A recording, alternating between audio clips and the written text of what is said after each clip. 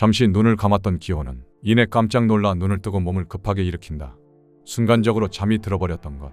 자신의 이런 모습이 이제는 한심하게 느껴졌는지 앉은 상태에서 두 손으로 머리를 몇 차례 세차게 내리친다. 그리고서는 이내 고뇌에 빠진다. 다시 대형 객실 쪽으로 가서 제대로 상황을 파악할 것인가, 아니면 이대로 로비로 돌아갈 것인가.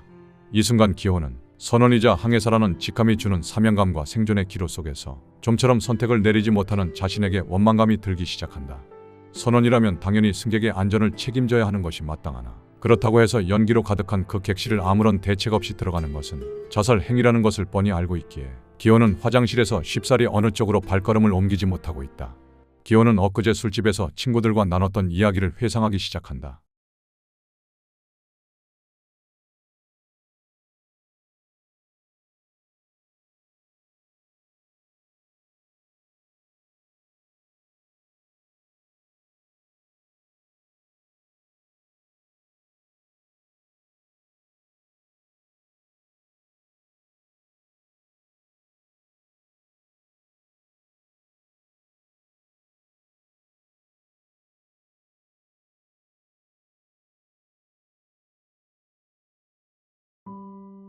부모님의 이야기가 나오자 기호는 잠시 상념에 잠긴 듯 좀처럼 말을 잇지 못하는 것처럼 보였으나 이내 다시 이야기를 이어나간다.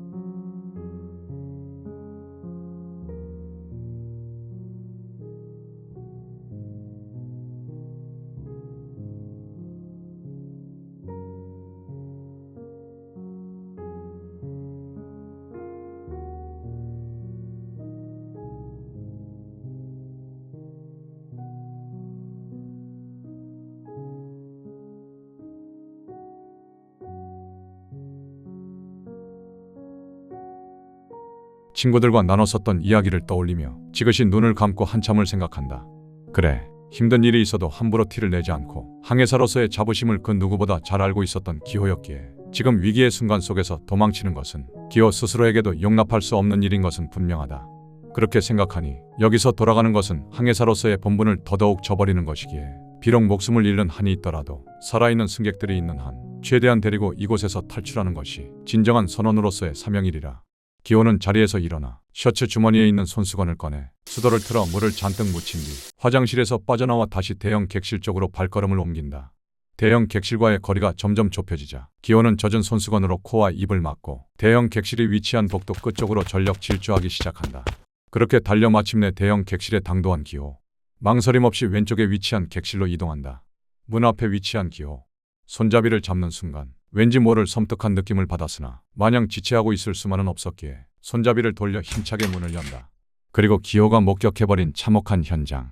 객실 바닥에는 수많은 승객들이 쓰러져 있었다. 이미 연기에 질식해 창백해져 버린 승객들의 얼굴과 미동도 없는 움직임.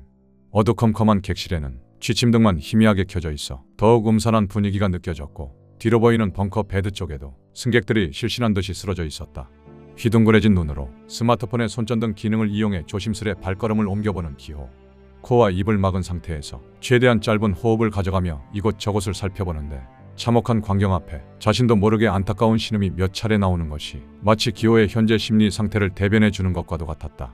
기호의 눈은 어느새 충혈이 되어 있었고 심장은 주체할 수 없을 정도로 더욱더 요동치고 있었다. 콜록거리며 자리에서 일어나 벙커 베드가 있는 안쪽을 최대한 수색하는 기호. 설마 어딘가에 사람이 숨어있거나 살아있지 않을까라는 일말의 희망을 가지고 불빛으로 이곳저곳을 비춰보지만 비추는 곳마다 보여진 건 미동도 없는 사람들뿐. 모든 곳에 수색을 마친 기호는 이전보다 더욱 콜록거리며 재빠르게 밖으로 나와 객실의 문을 닫는다. 문을 닫은 뒤 여전히 젖은 손수건으로 코와 입을 가린 채 시선이 머무른 곳은 맞은편에 위치한 오른쪽 객실. 오른쪽 객실문도 굳게 닫혀 있었으나 기호는 왼쪽 객실에서 마주했었던 참상을 또 다시 목격하게 될 것이라는 느낌을 강하게 받았는지 일단은 복도를 빠르게 빠져나와 다시 화장실로 향하기 시작한다. 화장실로 돌아온 기호는 다시 손수건에 물을 흠뻑 묻힌다. 하지만 물을 묻히는 내내 질식사한 승객들의 모습이 머릿속에서 좀처럼 사라지지 않는다. 배에서 폭발음이 들리고 승객들이 로비로 쏟아져 나왔을 때 그때까지만 해도 기호는 크게 심각성을 인지하지 못했었다. 하지만 어둠이 깔린 선실 내부로 직접 진입을 하게 된 그 순간 기호는 참혹한 현실 속에서 절망감에 휩싸여 버리게 된 것이었다. 로비로 나온 승객들만이 전부가 아니었다는 것, 그 이면에는 고통스럽게 죽어간 승객들이 더욱 많을 거라는 것, 그리고 아직 모든 곳을 수색한 것은 아니지만 다른 공간에서도 아마 죽음을 맞이한 사람들도 있을 거라는 무서운 사실을 기호는 그제서야 조금씩 체감하고 있었다. 다시 손수건으로 코와 입을 막은 뒤 대형 객실 쪽으로 향한다. 이번에 들어갈 곳은 오른쪽 객실.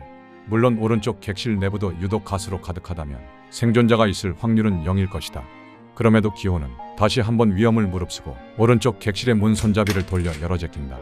아니나 다를까 왼쪽 객실과 마찬가지로 오른쪽 객실도 무수히 많은 승객들이 바닥에 쓰러져 있었다. 연기로 가득 찬 객실 속 기호는 마찬가지로 스마트폰 불빛을 이용해 이곳저곳을 비춰 무언가 인기척이 없는지 확인해 본다. 하지만 그 누구도 살아있는 것처럼 보이지는 않는다. 이미 연기로 가득 찬 객실 속에서 생존자가 있다는 것을 기대하는 것은 헛된 희망이었을까? 여기뿐만 아니라 지금 다른 객실로 이동한다고 하더라도 이와 별 다르지 않을 거라는 생각을 하게 되니 기호는 점차 허탈감이 들기 시작한다. 또다시 콜록거리며 코와 입을 틀어막은 채 객실 밖으로 나온 기호. 기호는 문을 닫고 마른 기침을 해대며 긴 복도를 빠져나오더니 어느 복도의 벽에 쭈그려 앉아 머리를 감싸진다. 일전에 어머니를 찾아달라는 한 여성의 부탁은 참혹한 광경의 목격으로 인해 이제는 안중에도 없는 것처럼 보였다. 기호는 또다시 웅크려 앉아 고개를 쳐박고 한동안 괴로워할 뿐이었다.